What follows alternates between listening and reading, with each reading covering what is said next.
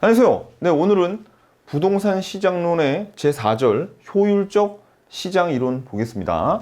자, 일단 요 효율적 시장 이론은 여러분들한테 굉장히 좀 생소합니다. 그래서 개념이 좀 중요한데 첫 번째 포인트는 우리가 두 개를 배울 거예요. 이따 효율적 시장과 할당 효율적 시장 두 개를 배울 건데 요 두 개는 완전히 다르다라는 걸 먼저 아셔야 됩니다. 이것 때문에 여러분들이 굉장히 헷갈려 하세요. 두 번째, 이거 앞에서도 한번 말씀드렸지만 정상 이윤이 0이라 그러면 틀려요.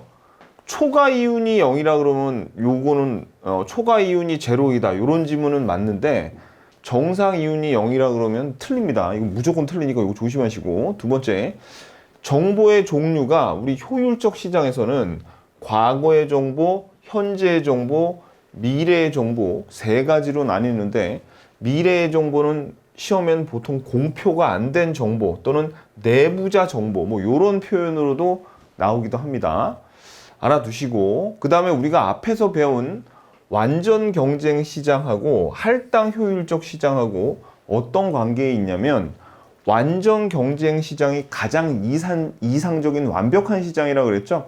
그래서 완전 경쟁 시장이면 할당 효율적 시장인데 할당 효율적 시장이라고 완전 경쟁 시장이 되는 건 아니다 라는 거 요거 좀 알아두시고요. 그 다음에 우리 부동산 시장도 잘만 하면 할당 효율적 시장을 만들 수 있습니다. 요거 여기서 요 내용 지금 봐도 여러분들 무슨 소리인지 하나도 모를 거예요. 자, 우리가 지금부터 배울 내용이 효율적 시장과 할당 효율적 시장인데 요 두 시장은 뭐에 초점을 둔 거냐면 정보에 초점을 뒀어요. 정보에. 그러면 우리가 여태 배웠던 내용들 한번 살펴볼까요? 자, 첫 번째, 먼저 가장 이상적인 완전 경쟁 시장을 1절에서 배웠습니다. 그래서 부동산 시장은 완전 경쟁 시장이랑 틀리다는 거를 배우면서 우리가 얼마나 완전 경쟁 시장과 다른가를 부동산 시장론에서 배웠습니다. 왜 틀립니까? 왜냐하면 부동산 자체의 특성 때문에 개별성, 부동성, 고가성 여러 특성이 있기 때문에 완전 경쟁 시장이랑 다르다는 걸 봤죠. 그래서 우리가 3절 주택시장에선 이렇게 부동산 시장이라는 것이 부동산의 특성 때문에 완전 경쟁이랑 다름으로 주택 자체를 분석 대상으로 놓은 게 아니라 주택 서비스를 분석 대상으로 놓으면서 뭐 여가 가정이라던가 주택 시장의 특징적인 그런 내용들을 공부를 했어요. 1, 2, 3절까지는. 그런데 이제 우리가 4절에서는 뭘 배울 거냐면 부동산 시장이 효율적 시장 이론이라는 게 있는데 여기에다가 대입하면은 과연 성립을 할 수 있을까라는 거를 배우는 겁니다. 왜냐면 보세요, 여러분들. 우리가 부동산 시장을 그동안 뭐하고 비교했냐면 경제학에서 가장 이상적인 완전 경쟁 시장이랑 비교했더니 택도 없다는 결론이 나왔죠. 그래가지고 주택 시장을 할 수 없이 주택 서비스를 분석하는 그런 시장으로 분석했어요. 근데 이 효율적 시장 이론은 어디에서 나온 이론이냐면 주식 시장 분석하는 시장이에요. 주식 시장. 그래서 이 효율적 시장 이론을 한번 또 부동산 시장에 한번 적용을 시켜볼까? 라고 해서 나온 게 효율적 시장 이론을 우리 부동산학 개론에 끄집어 내가지고 여기서 배우게 되는 겁니다. 큰 흐름을 알았죠? 오케이. 그러면 방금 전에 제가 말씀드렸듯이 우리가 봐봐요. 교재 108페이지에 108페이지부터 109페이지까지는 효율적 시장, 요 네모 1번이요. 효율적 시장에 대해서 배울 거고 110페이지부터 111페이지까지는 할당 효율적 시장 요 두 개를 배울 거란 말이에요. 근데 포인트 1에서 말씀드렸듯이 요 두 시장은 효율적 시장과 할당 효율적 시장은 완전히 다르다고. 완전히 다른 상관이 없어요. 근데 이름이 봐봐요. 얘는 효율적 시장이고 네모 2번은 효율적 시장인데 앞에 할당 효율적 시장이라고 붙어 있죠. 그러니까 요게 아니에요. 할당 효율적 시장 요거. 자, 그래서 조심해야 돼. 그럼 이 효율적 시장은 뭐가 있냐면 효율적 시장에는 약성, 중강성, 강성 세 가지 시장이 존재하거든요. 근데 나중에 공부하다 보면 여러분들이 어떤 잘못된 질문을 저한테 엄청 많이 하시냐면은, 선생님, 효율적 시장에 약성, 중강성, 강성 세 가지 시장이 있는데 할당 효율적 시장은 이 세 개 중에 어느 거에 들어가요? 이런 질문을 하거나, 또는 효율적 시장은 약성, 중강성, 강성, 할당 효율적 시장 네 개로 나뉘는 거 아니에요? 이렇게 물어본다고. 아니라고요. 아니야. 전혀 상관없어요. 이 할당 효율적 시장이 요 세 개에 들어가는 것도 아니고, 그리고 요 할당 효율적 시장과 효율적 시장은 전혀 상관이 없습니다. 왜? 왜냐면은 요 정의 자체가 틀려요. 정의 자체가. 이 할당, 아니 그냥 효율적 시장 이론은 뭘로 세 개로 나눠놨냐면, 시장의 정보가 얼마나 빨리 반영되느냐 하는 정보의 속도를 가지고 나눠 놓은 게 바로 요 효율적 시장이에요. 그러면 할당 효율적 시장은, 이거 좀 잘못됐는데, 정보 비용과 정보의 가치가 같아서 초과 이윤이 0이 되는 그런 시장을 할당 효율적 시장이라고 하는 거죠. 그래서 여기는 뭘 가냐면 정보의 가치를 가지고 시장을 정의 내린 게 할당 효율적 시장이고, 효율적 시장은 정보의 속도에 따라서 정의를 내린 게 효율적 시장이에요. 그러니까 얘네 둘은 완전히 다른 거다. 완전히. 그러니까 마치 뭐와 같냐면, 효율적 시장은 개고, 얘는 뭐 개랑 다른 거 고양이에요. 고양이. 응? 그래서 개의 종류는 진돗개, 풍상견, 치와와 세 가지가 있는데, 선생님, 고양이는 여기에 어디에 들어가요? 말도 안 되는 거죠. 전혀 상관없다니까요. 무슨 뜻인지 아시겠죠? 완전히 다른 거예요. 완전히 다른 거. 오케이, 됐습니다. 자, 그러면 우리 이제 교재를 보면서 하나씩 제가 설명을 드리도록 할게요. 효율적 시장 이론이 제가 말씀드렸지만 이게 어디에서 온 이론이에요? 주식시장을 분석할 때 정보가 얼마나 빨리 전달이 되느냐, 거기에 대한 내용이에요. 자, 그래서 우리 요거 효율적 시장의 개념을 한번 볼게요. 효율적 시장은 요거는 자, 여기 밑줄 그으세요. 요 개요가 부동산 시장이 어떤 동그라미 정보를 지체 없이 가격에 반영돼야 돼. 그러니까 얼마나 정보가 빨리 시장의 가격으로 반영되는가, 그거를 살펴보는 게 우리가 효율적 시장이에요. 할당 효율적 시장이 아니라 효율적 시장. 그래서 효율적 시장은 여기서 다시 한번 정보가 부동산 시장이나 가치에 즉시 반영되는 시장, 얼마나 빨리 어디에 가격이나 가치에 반영이 되느냐를 의미하는 거예요. 자, 이건 무슨 의미냐면 이런 거예요. 가령 인터넷도 잘 발달하지 않은 뭐 아프리카 같은 시장이 있겠죠. 아프리카에도 기업이 하나 있고, 그 다음에 인터넷 왕국이라고 불리는 한국에도 기업이 있어요. 그럼 예를 들어서 요 아프리카 같은 곳은 정보가 인터넷이 잘 발달이 안 됐으니까 어떤 기업에서 새로운 신약을 개발했대. 아프리카에 있는 A라는 회사가. 그럼 이 회사가 신약을 개발했다는 그 정보가 나왔죠. 근데 이 정보가 다른 투자자들한테 전달되는 게 굉장히 느려. 왜냐하면 정보망이 발달을 안 했잖아요. 그러니까 이런 시장은 정보의 효율성이 굉장히 떨어져. 그러니까 굉장히 느리게 가격에 반영돼요. 그래서 요 아프리카 같은 경우에는 이 신약을 개발한 이 회사가 신약을 개발했다는 그 정보가 한 달 정도 있다가 이제 투자자들에게 알려져가지고 한 달 있다가 반영이 됐대요. 이런 걸 우리가 뭐라 그러냐면 이따가 나오겠지만 되게 약해. 정보의 속도가 되게 느린 시장이라고 하는 거예요. 근데 한국 같은 경우에는 이 기업이 신약을 개발했다고 탁 얘기하자마자 인터넷으로 쫙 바로 그냥 퍼지는 거예요. 그죠? 그러면 정보를 반영하는 속도가 빨라가지고 주식시장의 가격도 금세 오르겠죠. 그러면 얘는 어떤 거면, 그죠? 이 약성인 아프리카보다 가격에 가격의 그 뉴스, 그 정보가 반영되는 속도가 굉장히 빠르더라는 거죠. 그래서 이런 정보에 의해서 가격으로 전달되는 그 속도, 그러니까 정보가 가격에 반영되는 그 속도에 따라서 시장을 세 개로 나눠 놓은 거예요. 세 개로. 그래서 요거 그냥 한번 보세요. 요거 여기 있는 내용 별로 안 중요한 거예요. 뭐 3번 부동산의 가치는 장래 계획된 수익을 현재 가치로 환원하면 별로 안 중요해요. 뭐가 중요하냐면 자, 요 밑줄.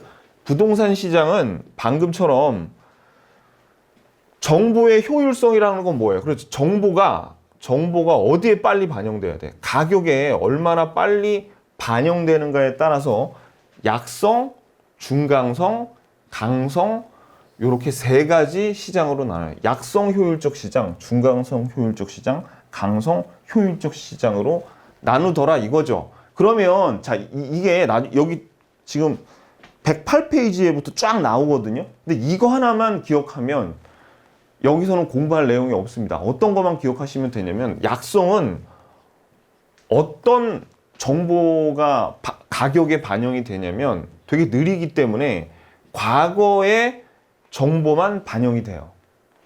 그 다음에 중강성은 과거, 현재, 그리고 강성은 자 현재, 강성은 과거, 현재, 미래. 너무 외우기 너무 쉽죠? 왜? 아니 순서대로 약성, 중강성, 강성이 있는데 약성은 과거만, 중강성은 과거, 현재 정보, 그 다음에 강성은 과거, 현재, 미래 모든 정보를 다, 모든 정보. 그러니까 요거는 중요한 게 모든 정보가 다 개방이 돼 있는 거예요. 인터넷으로 딱 뜨자마자 팍 그냥 나가는 거야. 바로. 그러면 여러분들 이런 질문하는 사람이 있어요. 선생님 미래 정보라는 것도 가격에 반영이 되나요? 됩니다. 왜냐하면 여러분들 가령 부동산 시장 같은 거에 3년 후에 지하철 들어설 거야. 딱 그 뉴스 나오자마자 어때요? 미리 주식이 확 오른단 말이에요. 주식 가격이 그 회사 아니면 주변에 그 땅 가격, 그러니까 그 저기 주변의 땅 가격이 오르고 어떤 회사가 신약을 개발했다라는 뉴스가 5년 후에 이제 임상 실험이 다 끝나서 여기에 이제 5년 후면은 약이 나오기 시작할 거야라고 미래에 대한 정보가 나오더라도 주가가 확 올라요. 부동산 시장도 전철 들어설 거야라고 하면은 어떻게 그죠? 전철이 들어서기 전에 미리 올라 버리죠. 그러니까 미래의 정보가 반영이 금방 되는 게 강성입니다. 그럼 이제 우리가 이거 왜 배우냐면 부동산 이론에서 이거 배우려고 하는 거죠. 부동산 이론에서. 그러면 부동산 시장은 약성, 중강성까지가 부동산 시장이지 강성은 아니에요. 강성은 아니고 약성과 중강성 요 둘의 성질을 가지고 있더라는 거죠. 요것도 알아두시고. 오케이. 자, 됐어요. 그러면 이제 효율적 시장의 유형을 하나씩 볼게요. 근데 다시 한번 말씀드리면 결론은 이것만 기억하면 돼. 과거는 약성, 중강성은 과거, 현재, 강성은 과거, 현재, 미래 모든 정보를 다 이것만 알면 나머지 외울 게 또 있는데 저절로 그냥 다 외워져요. 저절로 다 외워져. 오케이, 됐어요. 이름도 얼마나 예쁘게 잘 지어놨어. 약성, 중강성, 강성. 순서대로 딱딱 외우게 이 이름도 정말 잘 붙여놓으셨잖아요. 정말 누군지 모르지만 제가 알긴 아는데 그 외국 그 교수가 이걸 지어놨는데 이걸 우리나라로 번역하신 분은 제가 누군지 몰라요. 어떤 교수님 최초로. 정말 대단하신 분입니다. 우리 후학들에게 정말 존경받아 마땅한 분이에요. 이걸 최초로 번역하신 분. 최고야. 약성, 중강성, 강성. 어떻게 이렇게 이름을 예쁘게 잘 지어놨냐고. 딱딱딱 이게 순서대로 그죠? 쓸데없이 막 이름 어렵게 짓고 막 그런 사람이 있는데 정말 최고예요. 자, 이거 볼게요. 이제 약성 효율적 시장. 과거의 정보가 부동산의 시장. 자, 이거 과거 동그라미. 과거의 정보만 시장에 지체 없이 반영되는 시장이 바로 약성 효율적 시장이에요. 자, 근데 과거 정보를 분석하는 방법 밑줄 그으세요. 이거 잘 나와. 뭐냐면 기술적 분석. 과거 정보 기술적 분석. 옆에다가 뭐라고 쓰냐면 기본적 분석 X. 기본적 분석은 X예요. 이거 왜냐면 중강성에서는 그 현재를 분석하는 걸 우리가 기본적 분석이라 그래요. 근데 기술적 분석은 뭐예요? 기술의 동그라미. 기술적 분석은 과거의 정보를 분석하는 겁니다. 그러면 기본적 분석이라고 여기에 잘 나오겠죠. 어떻게 보면 약성 효율적 시장에서 과거의 정보를 분석하는 것을 기본적 분석이라고 한다면 틀려요. 기술적 분석이 과거 정보를 분석하는 겁니다. 그럼 기술적 분석이 뭔지 뜻은 몰라도 되는데 이게 주식 시장에서 온 거잖아요. 그래서 이 기술적 분석이 뭐냐면 여러분들 그 창으로 그냥 알아주세요. 차트 분석하는 거예요. 차트. 차트 분석이 뭐냐면 여러분들 주식 거래하시는 분들 뭐 일봉의 변화가 어떻게 되고 봉 모양이 어떻게 되고 막 이거 있잖아요. 이거는 이미 주식 시장에서 가격을 보고 나서 그 다음에 차트 그려가지고 이거 보는 거죠. 그죠? 요런 게 기술적 분석이에요. 자, 요거 됐고. 그리고 또 하나, 과거 정보를 분석하는 기술적 분석으로는 정상 이윤의 획득은, 정상 이윤은 0이 아니죠. 획득이 가능하니까 요 괄호치고 가능하지만 밑줄, 초과 이윤을 획득할 수 없어. 왜냐면 기술적 분석이 과거의 정보를 분석하는 거죠. 근데 이 약성 효율적 시장은 모든 사람들이 다 어떤 정보는 다 갖고 있다는 거예요. 과거의 정보는 지체 없이 다 반영되니까 과거의 정보는 모두 알고 있다는 거죠. 그러니까 기술적 분석을 해가지고는 초과 이윤을 누릴 수 없어요. 그러면 초과 이윤을 누리려면 어떤 정보가 있어야 되겠어요? 그죠? 현재하고 미래 정보가 있으면 초과 이윤을 누릴 수 있어요. 다른 사람들과 다르게, 그죠? 자, 그래서 여기 밑줄, 현재 동그라미, 미래 동그라미, 현재와 미래의 정보를 알고 있다면 초과 이윤 획득이 가능하겠죠. 너무나 당연한 거 아닙니까? 쉽죠, 되게. 그래서 제가 이것만 외우면 된다고 해서 약성 효율적은 뭐밖에 없어? 과거밖에 없어, 정보가. 근데 과거를 분석하는 걸 뭐라 그래요? 기술적 분석이라 그래.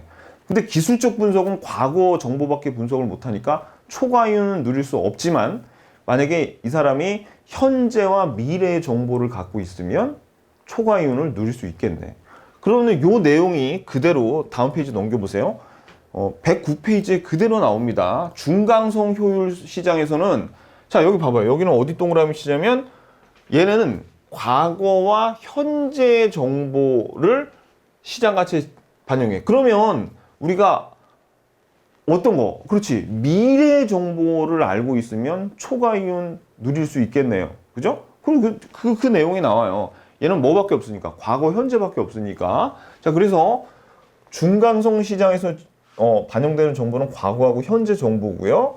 그래가지고 여기 밑줄, 기본적 분석. 그래서 현재의 정보를 분석하는 게 기본적 분석이죠. 그러니까 중강성 효율적 시장에서는 과거와 현재 분석이 기술적과 기본적 분석이 같이 이루어지는데 자, 그러면 현재 정보를 분석하는 기본적 분석이나 과거 정보를 분석하는 기술적 분석으로는 정상이윤 획득, 괄호, 정상이윤은 가능하다 그랬죠?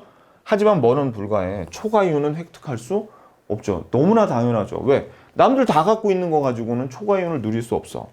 자, 하지만 동그라미 미래 정보를 가지고는 초과 이윤 획득 가능하다.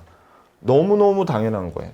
자, 그래서 요거 중요합니다. 요거 밑줄. 부동산 시장은 중강성 효율적 시장 또는 약성 효율적 시장 두 개에 포함이 돼 있다고 보는 겁니다. 그래서 부동산 시장은 중강성 효율적 시장까지 존재한다고 보는 거예요, 우리가. 강성까지는 아니고. 왜? 강성은, 자, 이제 강성은 보면, 자, 얘는 그럼 당연히 이제 과거, 현재, 미래 다 갖고 있겠죠. 자, 동그라미.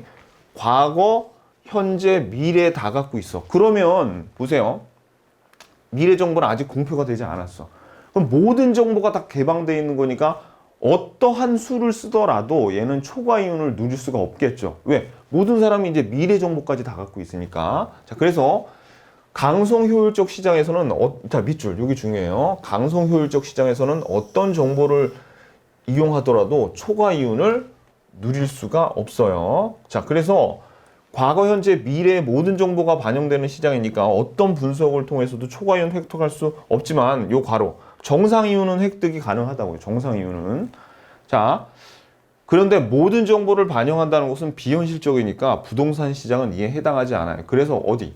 중강성까지라 그랬죠. 되게 쉽죠. 그래가지고 이거를 그냥 표를 하나 제가 만들었는데 표를 억지로 외울 필요도 없어. 그냥 여러분들 뭐만 기억하면 모든 것이 다 끝나요? 이게 다 끝나는 거야. 그냥 약성은 반영되는 정보가 과거밖에 없고, 중강성은 과거하고 현재, 강성은 과거, 현재, 미래 세 개가 존재하는 거죠. 자, 이 표 109페이지 밑에 나옵니다. 자, 그러면 이거만 알면 나머지 얘기는 그냥 다 가는 거예요. 일단은 자, 시장 분석이 기술적 분석과 기본적 분석이라 그랬잖아. 과거하고 요 현재 기본적 요거 그냥 외워지는 거고, 분석을 필요가 없어. 왜냐면 모든 정보가 다 공개가 되니까 분석해봤자 초과 이윤을 누릴 수 없단 말이에요. 자, 그러면 일단 정상 이윤은 요거 조심하셔야 돼요. 정상 이윤은 세 시장 모두 누릴 수 있는데, 초과 이윤은 자, 봐봐요. 이 약성 같은 경우에는 과거의 정보를 가지고는 초과 이윤 누릴 수 없지만 현재 미래 정보 가지고는 초과 이윤 누릴 수 있고, 중강성 같은 경우에는 과거 현재 가지고는 초과 이윤 누릴 수 없지만 미래 정보 가지고는 누릴 수 있죠. 근데 강성 같은 경우에 세 개 다 갖고 있기 때문에 어떤 경우라도 뭐예요? 초과 이윤을 누릴 수 없다는 얘기입니다. 그리고 정보 가치가 그럼 어떻게 돼 있어요? 약성에서는 가치가 있어. 어떤 거? 현재하고 미래 정보는 가치가 있고, 중강성에서는 미래 정보가 가치가 있는데 강성에서는 가치가 없다고요. 모든 정보를 다들 갖고 있으니까. 그죠? 그래서 우리가 원래 요 시장에서 가장 중요한 게 뭐냐면 미래 정보 있죠? 사실은 우리 그 효율적 시장 이론, 주식 시장에 대한 거 공부하다 보면 요 미래 정보를 우리 시험에서는 아직 공표가 되지 않는 정보라고 나오는데, 다른 자격증 시험에서는 이 미래 정보를 내부자 정보 그런 식으로도 냅니다. 근데 우리 시험에서는 예전에 한번 나오고 그 다음에는 이제 아직 공표가 되지 않은 정보 또는 미래 정보 이렇게 나왔어요. 그래서 요 놈이 강성 효율적 시장에서는 이미 다 공표가 다 돼 있는 거예요. 무슨 뜻인지 아시겠죠? 오케이. 그래서 결론은 다시 한번 말씀드리지만 요거 세 개만 외우고 나면 나머지는 저절로 그냥 여러분들이 외워지는 거예요. 억지로 또 앞글자 따서 외우지 말고 이런 걸로 앞글자 따서 뇌를 낭비하면 안 돼요. 아셨죠? 오케이. 됐습니다. 자, 그럼 여기까지가 뭐 해야 되냐면 효율적 시장 이론이었어요. 네. 자, 그러면 110페이지 보시면 우리 할당 효율적 시장 나오는데, 요 할당 효율적 시장 다시 한번 말씀드리지만 앞에서 나온 효율적 시장, 약성, 중강성, 강성 시장하고 아무 상관없습니다. 요거는 오직 뭐만 가지고 있냐면 정보의 가치를 가지고 생각하는 거예요. 아까 우리 앞에서 보면 효율적 시장은 정보의 속도를 가지고 평가하는 거였죠. 자, 그러면 할당 효율적 시장의 개념이 중요한데, 자 보세요. 여기 정보 가치 밑줄, 정보 비용 밑줄, 가치의 동그라미, 비용의 동그라미, 얘네들이 서로 같대요. 같다면은 얘네들이 이렇게 같겠죠. 같아. 그래서 밑줄 초과 이윤이 0, 초과 이윤이 0이 되는 이런 시장을 우리가 할당 효율적 시장이다 라고 얘기를 하는 겁니다. 자, 이게 무슨 얘기냐면 이거예요. 자, 여기 보시면 이제 설명이 좀 필요한데, 정보 가치와 정보 비용이 같다는 게 무슨 말이냐 이런 거예요. 예를 들어서 어떤 여기 신도시를 개발할지 말지 아직 정보가 확실하지 않아. 정보가 확실하지 않은데 요 확실한 정보를 알 수 있는 사람, 그러니까 요 땅이 개발이 될 것이냐 안 될 것이냐를 알 수 있는 사람이 가령 교통부에 있는 비리 공무원이 한 명, 고위공직자인데 비리 공무원이 있다고 쳐보자고요.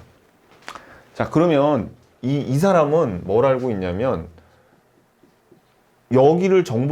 여기가 지금 개발이 돼가지고 어떤 토지를 사잖아요. 그러면 5억 정도가 토지 가격이 올라서 5억 정도 이익 본다는 걸 알고 있어. 그러면 이 정보의 가치는 5억이죠. 자, 그런데 예를 들어서 어떤 사람이 이 사람하고 잘 알아요. 그래가지고 야, 내가 너한테 2억 줄 테니까 좀 요거 오를지 안 오를지 좀 알려줄래? 확실한 정보 좀 줄래? 했어요. 이 비리 공무원이 알았어, 알려줄게 해서 2억을 받고 알려줬어. 그러면 요 2억이 요 정보를 얻기 위한 정보 비용이라고 볼 수 있겠죠? 정보 비용이 2억 들었어. 그러면 정보 가치에서 정보 비용을 나중에 얘한테 정보를 얻어가지고 이 토지를 사서 5억을 이 사람이 벌었을 거 아닙니까? 그러면은 정보 가치 5억과 정보 비용을 뺀 3억은 뭐가 되는 거예요? 요거는 초과 이윤이 되는 거죠. 자, 그럼 보세요. 정보의 가치와 정보의 비용이 서로 다르니까 초과 이윤 3억이 생겼죠? 이러니까 어떻게 돼요? 사람들이 투기를 하는 거예요. 투기. 그래서 투기의 원인을 이 할당 효율적 시장 이론에서는 뭘로 보냐면 정보 가치와 정보 비용이 서로 달라서 초과 이윤이 발생하니까 사람들이 자꾸 투기한다고 보는 겁니다. 그러니까 할당 효율적 시장이 아니기 때문에 투기한다고 보는 거예요. 자, 그러면 우리가 이 시장을 할당 효율적 시장으로 만들려면 두 가지 방법이 있는데, 첫 번째 봐봐요. 이럴 수 있어요. 만약에 이 정보를 얻고 싶은 사람이 요 비리 공무원을 찾아가가지고 야, 정보 좀 알려줘 라고 했더니 이 사람이 알았어, 그럼 5억 줘, 그럼 내가 알려줄게, 그런 거예요. 그러면 이번에 비용이 얼마 나간 거예요? 5억 나갔죠, 그죠? 근데 나중에 이걸 토지를 사고 났더니 5억 올랐잖아요. 그러면 정보 가치가 5억이고 정보 비용이 5억이야. 그러면 어떻게 되는 거예요? 그럼 초과이윤이 0이네. 요런 상태, 정보의 가치가 정보 비용하고 같아가지고 초과이윤이 없는 요런 상태가 이게 할당 효율적 시장이라는 거예요. 근데 사실 이거 말고 더 좋은 건 뭐예요? 더 좋은 거는 국가에서 이런 비리 공무원을 이제 알았단 말이에요. 야, 쟤 잘라. 그래가지고 얘를 자른 다음에 정보를 투명하게 더 공개를 해버렸어. 그러면 어떻게 되냐면 정보 가치가 여기 없어지는 거잖아요, 이제. 왜? 모든 사람들이 다 이 정보를 알게 됐으니까. 그죠? 그래가지고 0이 되고, 그럼 정보 비용도 당연히 0이 되겠죠? 그럼 당연히 뭐도 0이 되는 거야. 초과 이윤이 0이 되겠죠? 그러니까 이게 무슨 얘기냐면, 할당 효율적 시장이 만약에 된다면, 이런 식으로 할당 효율적 시장이 된다면 초과 이윤이 발생하지 않죠. 그죠? 그래가지고 어떻게 된다는 거예요? 투기가 발생하지 않을 거라는 게 사실 결론입니다. 자, 근데 우리가 여기서 이거 한번 말해보자고요. 이 할당 효율적 시장과 우리가 앞에서 배운 완전 경쟁 시장하고 좀 비교를 해보면, 자, 여러분 보세요. 완전 경쟁 시장은, 자, 완전 경쟁 시장은 네 가지 조건이 있었습니다. 네 가지 조건. 첫 번째, 완전 경쟁 시장. 첫 번째가 뭐가 있었냐면, 일단 공급자가 다수여야 돼. 시장 참여자가 다수여야 된다. 그다음에 두 번째가 물건이 동질적이어야 된다. 그죠? 그리고 세 번째가 뭐가 있었냐면 진입 장벽이 없어야 된다. 그리고 네 번째가 뭐였냐면 정보가 완전히 다 공개가 된 사회가 돼야 돼요. 그러면 완전 경쟁 시장에서는 어떤 거를 만족하고 있어요? 그렇죠? 완전 경쟁 시장에서는 정보가 공개가 되니까 정보 가치가 0이고 정보 비용이 0인 이런 상태, 0 빼기 0은 초과 이윤 0인 이런 상태는 항상 유지하고 있죠. 그러니까 결국 할당 효율적 시장은 얘네 셋은 되든지 안 되든지 신경 안 쓰는 거예요. 그러니까 이런 거를 충족 안 시키고 무조건 뭐만 정보 가치하고 정보 비용하고 같기만 해도 꼭 0, 0이 아니라 정보 가치와 정보 비용이 같아서 초과 이윤만 0만 되면은 그냥 뭐가 되는 거예요. 할당 효율적 시장인 거죠. 근데 완전 경쟁 시장은 정보가 공개가 돼서 정보의 가치와 정보 비용이 모두 0이 되고 초과 이윤이 0만 되는 거. 요거는 항상 충족한단 말이에요. 그러니까 이 말은 성립하는 거지. 봐봐요. 완전 경쟁 시장이면 얘네 둘이 같아서 초과 이윤이 0이니까 할당 효율적 시장인 거죠. 하지만 할당 효율적 시장이라고 해서 이것들 다 만족할 수는 없잖아요. 그러니까 할당 효율적 시장이면 완전 경쟁 시장이다. 이건 틀려요. 무슨 뜻인지 아시겠죠? 완전 경쟁 시장이면 요거를 충족하니까 할당 효율적 시장인데 할당 효율적 시장이면 완전 경쟁 시장이다. 이러면 틀린다고. 요게 첫 번째고요. 두 번째 완전 경쟁 시장하고 좀 알아야 될 건 뭐냐면 보세요, 여러분들. 그러면 우리 부동산 시장에 투기가 일어나는 거는 시장이 이런 부동산 시장이 완전 경쟁 시장이 아니래서 투기가 일어나는 거야? 아니면 이런 나쁜 놈들, 제가 요런 고위공무원 얘기를 했지만 이거보다 다른 요인들도 많겠죠. 어떤 요인들에 의해서 정보 가치와 정보 비용이 서로 달라져요. 달라져서 초과 이윤이 0이 아닌 할당 효율적 시장이 아니기 때문에 투기가 일어나는 거죠. 그죠? 그러니까 시험 문제 이제 이런 게 나온다고요. 뭐가 나오냐면 부동산 시장이 투기가 일어나는 것은 완전 경쟁 시장이 아니기 때문이다. 그럼 틀려요. 아니면 이렇게 나오죠. 완전 경쟁 시장을 우리가 뭐라 하냐면 불완전 경쟁 시장이라고 하죠. 투기가 일어나는 요인은 부동산 시장이 불완전하기 때문이다. 그럼 틀린다고. 왜? 아니, 불완전해서 투기가 일어나는 게 아니라 할당 효율적 시장이 아니기 때문에 투기가 일어난다고요. 자, 그러면 투기를 우리가 없애려면 부동산 시장을 무식하게 완전 경쟁 시장으로 만들어야 된다는 거예요. 그냥 아니면 좀 정보를 공표하고 개방시켜서 할당 효율적 시장만 제대로 만들어주면 투기를 근절할 수 있다는 거예요. 그렇지. 할당 효율적 시장만 만들어주면 투기를 근절할 수 있다는 얘기입니다. 무슨 얘기인지 아시겠죠? 오케이. 여기까지. 요게 결론이에요. 요게 할당 효율적 시장은. 자, 그러면 요 내용을 보고 이제 교재를 보면 다 이해가 갈 겁니다.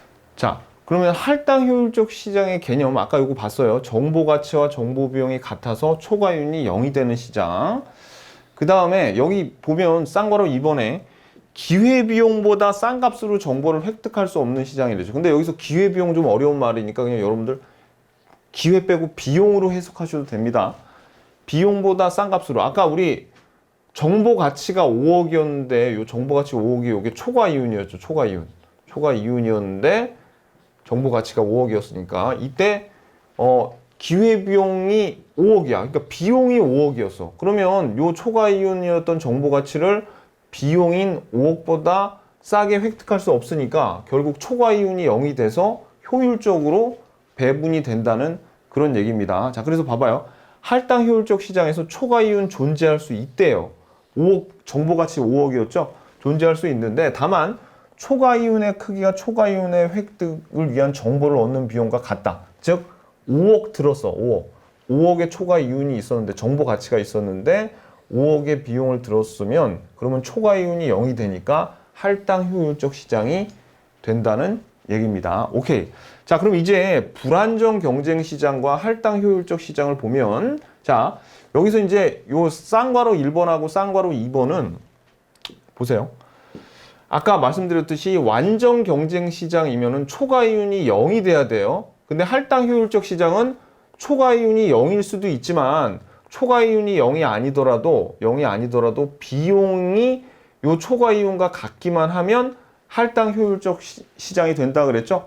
그러니까 완전 경쟁 시장은 할당 효율적 시장인데 할당 효율적 시장은 완전 경쟁 시장이 아니라는 얘기입니다. 그러니까 반드시 완전 경쟁 시장을 의미하는 거 아니니까 화살표를 여러분들이 요렇게 치시고 할당 효율적 시장 이렇게 해놓고 밑에다 X해. 완전 경쟁 시장이면 할당 효율적 시장인데 할당 효율적 시장이라고 해서 반드시 완전 경쟁 시장이 된다는 건 아니에요. 그게 쌍괄호 1번부터 쌍괄호 2번까지 얘기입니다. 자, 그러면 이제 쌍괄호 3번과 쌍괄호 4번, 쌍괄호 6번까지의 얘기는 이제 무슨 얘기를 하는 거냐면 이 얘기를 하는 거예요. 자, 잘 들어보세요. 자, 우리가 지금 할당 효율적 시장이 있어. 할당 효율적 시장이 있고 그 다음에 완전 경쟁 시장이 있죠. 완전 경쟁 시장. 자, 근데 할당 효율적 시장에서 아까 제가 정보의 가치가 5억이라고 한 말은 요거는 초과 이윤이 5억이라는 얘기랑 같죠. 그죠?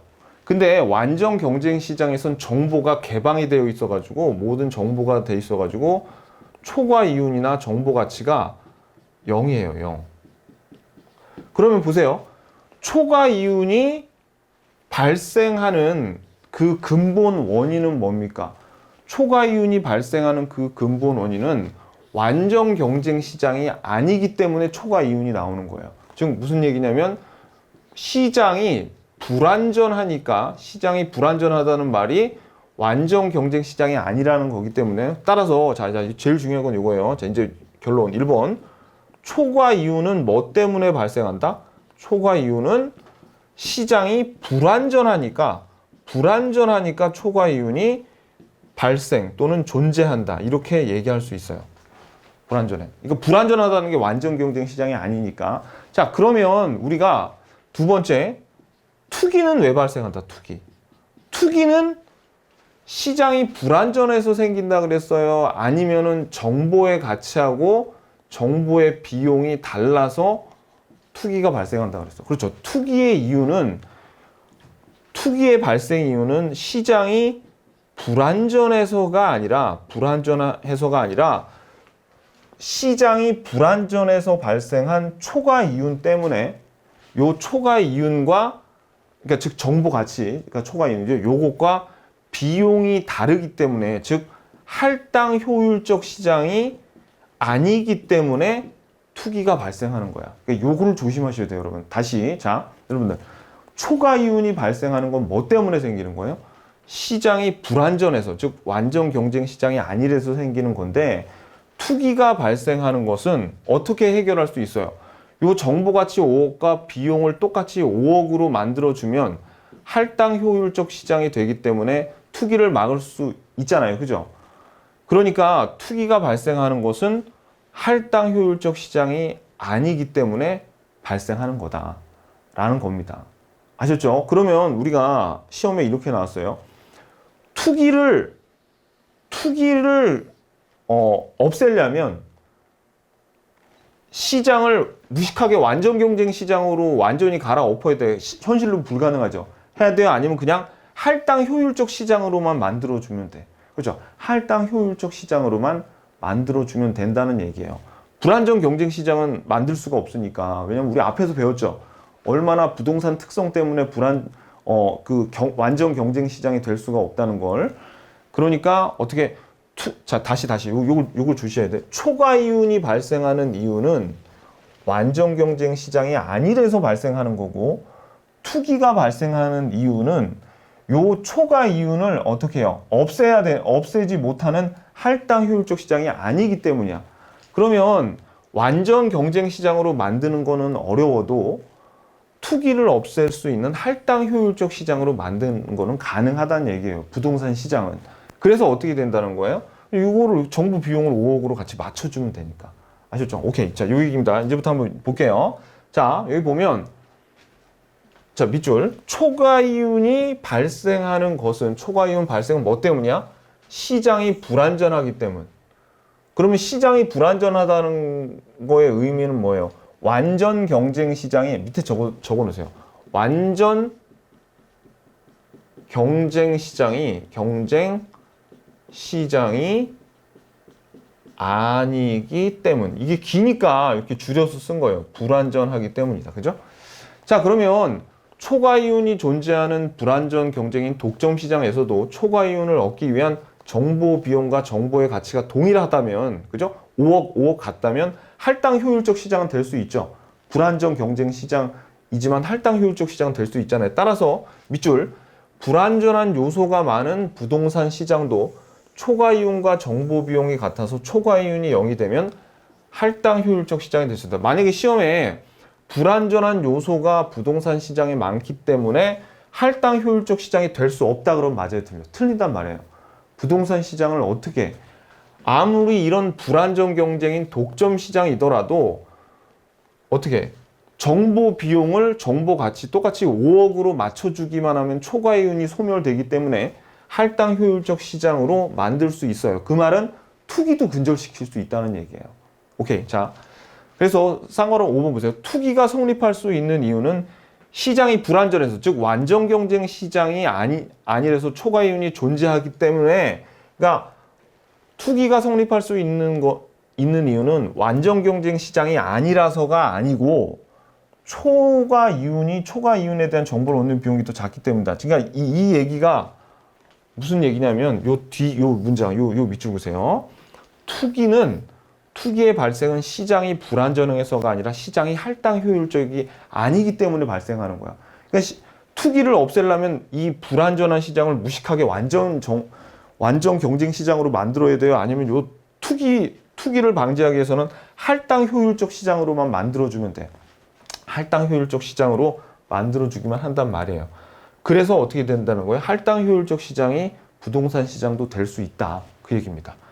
자, 그러므로 부동산 시장이 할당 효율적이라면 정보 비용보다 큰 초과이윤을 획득할 수가 없으므로 투기가 발생하지 않는다. 결론은 이거야. 투기는 뭐를 해결해야 돼? 할당 효율적 시장을 만들어주기만 하면 되지 완전 경쟁 시장까지는 만들 필요가 없다. 만들 수도 없고 완전 경쟁. 왜 못 만들어요? 그렇지. 우리 부동산 특성 배웠잖아요. 개별성이나 그런 다른 성질 때문에 완전 경쟁 시장은 될 수 없다는 얘기입니다. 이제 그 내용이 포인트예요. 오케이. 여기까지. 그럼 그 다음에 나오는 문제가 우리 계산 문제거든요. 계산 문제 이제 한번 보도록 할게요. 자, 그러면 111페이지 보시면요. 우리가 이 부동산의 가치와 정보 비용에 대한 문제, 이 문제 나오는데, 자, 문제 한번 읽어볼게요.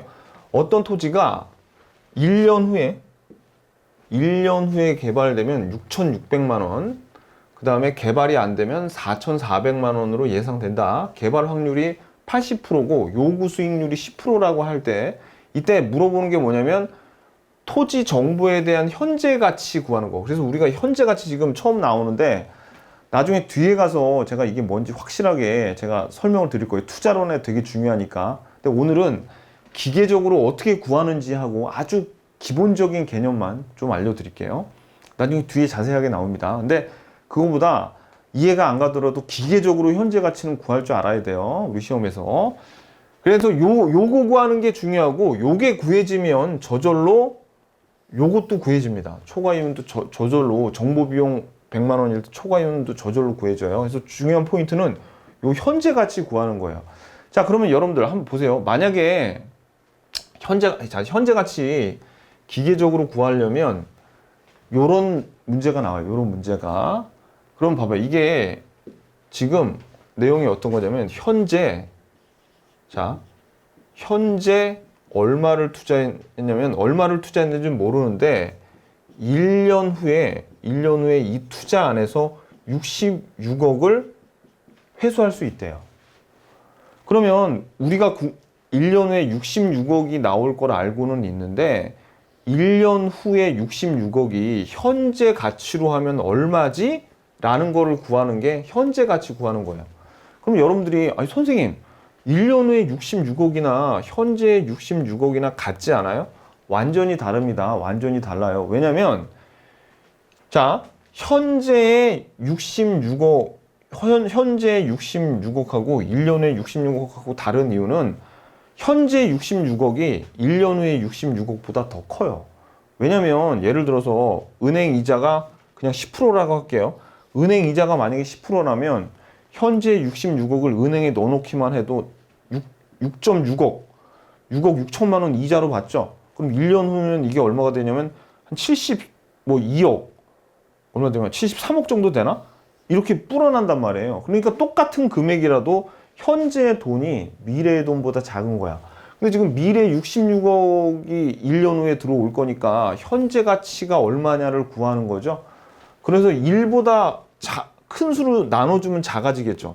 그래서 이제 우리가 현재 가치를 구하는데 여기서 중요한 거는 몇 년 후냐하고 요구 현재 가치 구할 때 요구 수익률이라고 그러고도 또 할인율이라고도 해요. 할인율과 요구 수익률이 몇 %냐? 요거를 우리가 알면은 구할 수 있어요.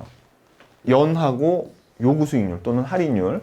어떻게 구하냐면 우리가 알고 싶은 금액 1년 후에 미래의 금액을 분자해 놓고 분모는 1 플러스 0.1이 어디서 온 거예요? 요구 수익률 10% 그리고 요 1승은 1년 후 이렇게 구하면 됩니다. 그럼 다시 이거 어떻게 구하냐면 66억에 1년 후 66억의 현재 가치를 요구 수익률 10%로 구해라. 그럼 기계적으로 그냥 여러분들 66억 해놓고 분자해 1 더하기 10이죠. 10%죠. 그러니까 0.1 그리고 1년이니까 1승 이렇게 해주면 답이 나와요. 그럼 60억이죠. 60억. 이게 현재 가치가 60억이에요. 66억보다 작은 값. 이렇게 구하면 돼. 자, 그러면 이거랑 똑같은 거 한번 해볼까요? 자, 만약에 이번에는 어떤 부동산 투자 사업을 했는데 2년 후에 210억을 회수할 수 있대요. 그래서 요구 수익률 또는 할인율이 5%다. 이때 210억의 현재 가치 어떻게 구하면 돼? 그렇죠. 이것도 똑같아. 우리가 구하고자 하는 210억을 분자에 놓고 나머지는 1 플러스 뭐 해야 돼? 5%니까 0.05죠? 여기에다가 2년이니까 2승을 이렇게 써주면 된다는 얘기예요. 그래서 어떻게 나온다? 요렇게 나오는 겁니다. 0.05 요구 수익률, 2년은 여기다 자승. 기계적으로 그냥 여러분들이 이렇게 계산하시는 연습을 일단 손으로 알아두세요. 그럼 나중에 투자론에서 설명을 잘 이해를 못하더라도 몸이 따라가면 그냥 되는 거예요. 몸이 따라가면 현재 가치. 오케이, 일단 현재 가치 구하는 법 알았고요. 그럼 다시 이제 우리가 문제로 돌아가서 보시면, 자, 그럼 111페이지에 보면 이제 요 문제 있잖아요. 다시 보면 어떤 토지가 1년 후 개발되면, 봐봐요. 여기 1년 후니까 1년 후고 요구 수익률 10%라고 나와 있죠. 그러면 어떻게 되겠어요? 1 플러스 0.1 1승 요거 나오겠네요. 요거 그죠? 요게 나와가지고 뭔가를 현재 가치를 구하라는 거예요. 지금 이 정보의 현재 가치 구하라고 했으니까. 자, 그럼 이 문제는 사실 풀이가 좀 복잡하거든요. 복잡한데 결론을 일단 보여요. 결론의 정보의 현재 가치는 동그라미 5번에 나와 있습니다. 5번에. 지금 이거 어떻게 푸냐면 먼저 간단하게 푸는 법부터 먼저 알려드릴게요. 설명을 왜 이렇게 되는지는 나중에, 지금 이거 알려드리는데, 자, 어떻게 푸냐면 되게 간단해. 이거 봐봐요. 먼저 어떤 토지가 1년 후에 개발되면 6,600만 원이죠. 개발 안 되면 4,400만 원이에요. 자, 그런데 개발 확률이 80%죠. 그러면 개발 확률이 80%면 개발이 안 될 확률은 몇 %야? 그럼 20%죠. 왜? 얘네들 항상 1이 돼야 돼. 만약에 개발될 확률이 60%면 개발 안 될 확률은 40%입니다. 그래서 우리는 뭘 꼭 구해야 되냐면 개발이 안 될 확률을 구해야 돼. 그래서 요구 수익률이 10%다 그러면 어떻게 풀면 되냐면 간단합니다. 자, 개발됐을 때 6,600만 원에서 개발이 안 됐을 때에 4,400만 원 빼죠. 요거에다가 개발이 안 될 확률을 곱해요. 그런 다음에 요거를 현재 가치 구해주면 돼. 0.1 어디서 왔어요? 요구 수익률, 그 다음에 1승.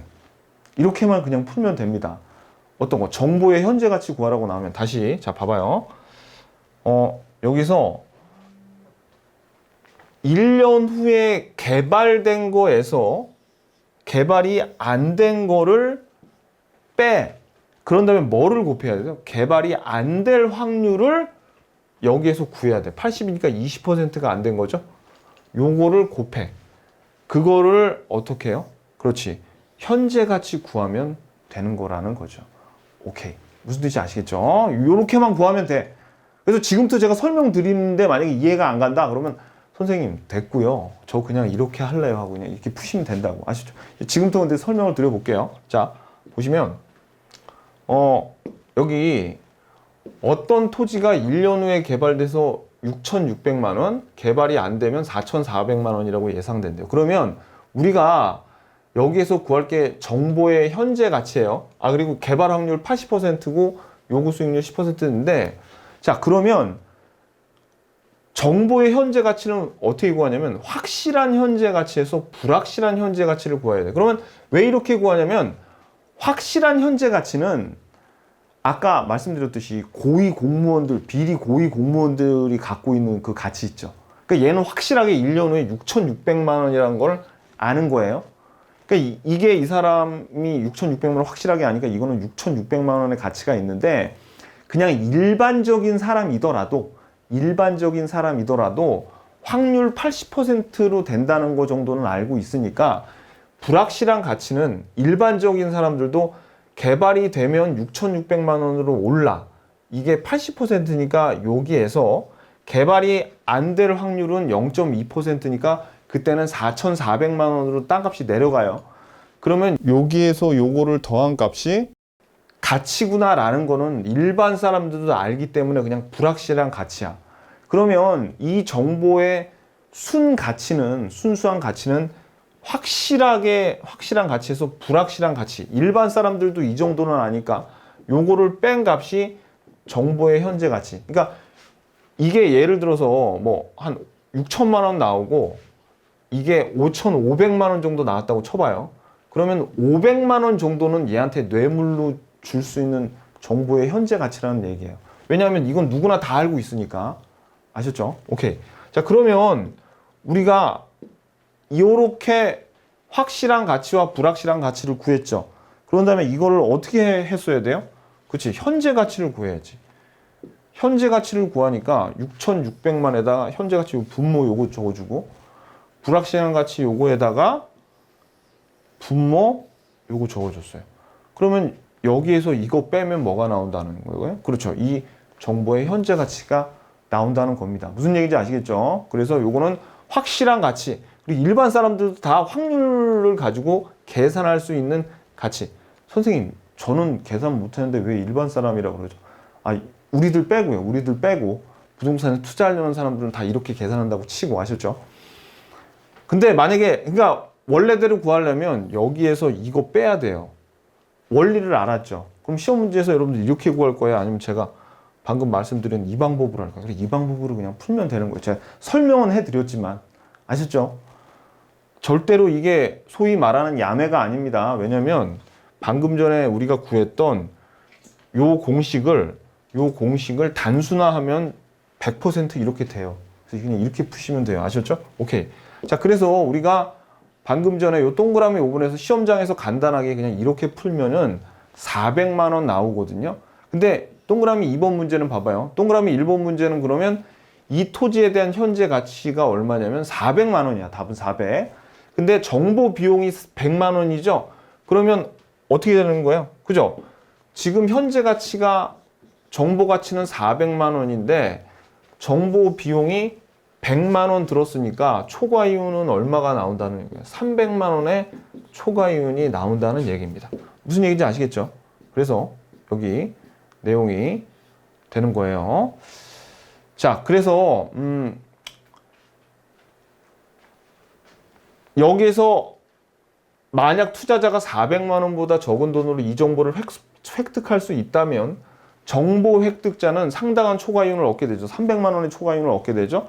이 경우 투자자는 뭐라고 표현하냐면 시장을 이긴다 또는 시장을 패배시킨다 이렇게 얘기를 하는 거예요. 그러면 시장이 패배하는 이유는 시장이 할당 효율적이지 못하기 때문이지 요게 일 때문이지 정보가 어떻게 해요? 그러니까 시장이 불안전해서가 아니라 할당 효율적이지 못하기 때문에 시장이 패배한다는 얘기입니다. 그래서 투기가 생기는 거고요. 오케이? 됐습니다. 자, 그럼 여기까지 우리가 살펴봤어요. 그러면 우리가 포인트 한번 볼게요. 포인트. 오늘 배운 거. 효율적 시장과 할당 효율적 시장은 완전히 다르다. 그죠? 그리고 정상 이윤이 0이라 그러면 틀리죠. 정상 이윤은 아까 우리 약성, 중강성, 강성 모든 시장에서 정상 이윤은 다 건질 수 있었잖아요. 초과 이윤이 0일 수는 있어도 정보의 종류는 과거, 현재, 미래. 그래서 미래는 공표한된 정보나 내부자 정보 이런 식으로 시험에 나오고 완전 경쟁 시장이면 할당 효율적 시장이지만 할당 효율적 시장이라고 모두 완전 경쟁 시장은 아니죠. 그리고 부동산 시장도 잘만 하면 할당 효율적 시장을 만들 수 있어요. 이 잘만 하면이 무슨 뜻이야? 그렇죠. 정보의 가치, 즉 초과 이윤의 크기와 그 정보에 대한 비용이 같아지게만 해서 할당 효율적 시장을 만들 수 있다는 얘기입니다. 요거를 갖게 만들면. 무슨 얘기인지 아시겠죠? 오케이. 자, 그럼 여기까지 봤으니까 우리가 좀 쉬었다가 이제 뭐 하러 가야 돼요? 그렇죠? 좀 한 5분만 쉬었다가 기출문제 풀러 가자고요.